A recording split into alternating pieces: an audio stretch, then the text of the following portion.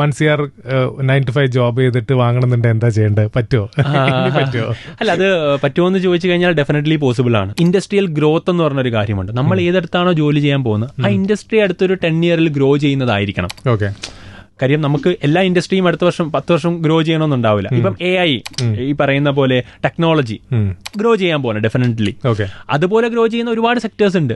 ഇപ്പൊ എനിക്ക് തോന്നുന്നു ഏറ്റവും കൂടുതൽ ഗ്രോ ചെയ്യാൻ പോകുന്ന അല്ലെങ്കിൽ ജോബ് ഓപ്പർച്യൂണിറ്റി ഉണ്ടാകാൻ പോകുന്ന ഒരു സ്ഥലം ഫാമിംഗ് ഒക്കെയാണ് ഇനി വരാൻ പോകുന്നത്. അവിടെ ആളുകൾ കുറവാണ്, പക്ഷെ അവിടെ ജോബ് എന്തെങ്കിലും കൂടും. അപ്പം അതിലൊക്കെ ഇന്നോവേഷൻസ് കൊണ്ടുവന്നിട്ട് അവിടെ നല്ല സ്കിൽഡ് ആകാൻ വേണ്ടി പറ്റും. ആഫ്റ്റർ 5 years ഗ്രോ ചെയ്യുമെന്ന് ഉറപ്പുള്ള ഒരു ഇൻഡസ്ട്രി ഉണ്ടെങ്കിൽ ആ ഇൻഡസ്ട്രിയിൽ ഇപ്പോഴേ നിങ്ങൾക്ക് എത്തിപ്പെടാൻ പറ്റുമെങ്കിൽ, അവിടെ ഒരു 5 year നിങ്ങൾക്ക് എക്സ്പീരിയൻസ് നേടാൻ പറ്റുമെങ്കിൽ, ആ എക്സ്പീരിയൻസ് കൊണ്ട് ആ ഇൻഡസ്ട്രി ഗ്രോ ചെയ്യുന്ന പീക്കിലാണ് നിങ്ങൾ ആ എക്സ്പീരിയൻസ് ഹോൾഡ് ചെയ്യുന്നതെങ്കിൽ ഡെഫിനറ്റ്ലി നിങ്ങൾക്ക് 1 CR നേടാൻ വേണ്ടി പറ്റും. അതിലൊരു സംശയമില്ല.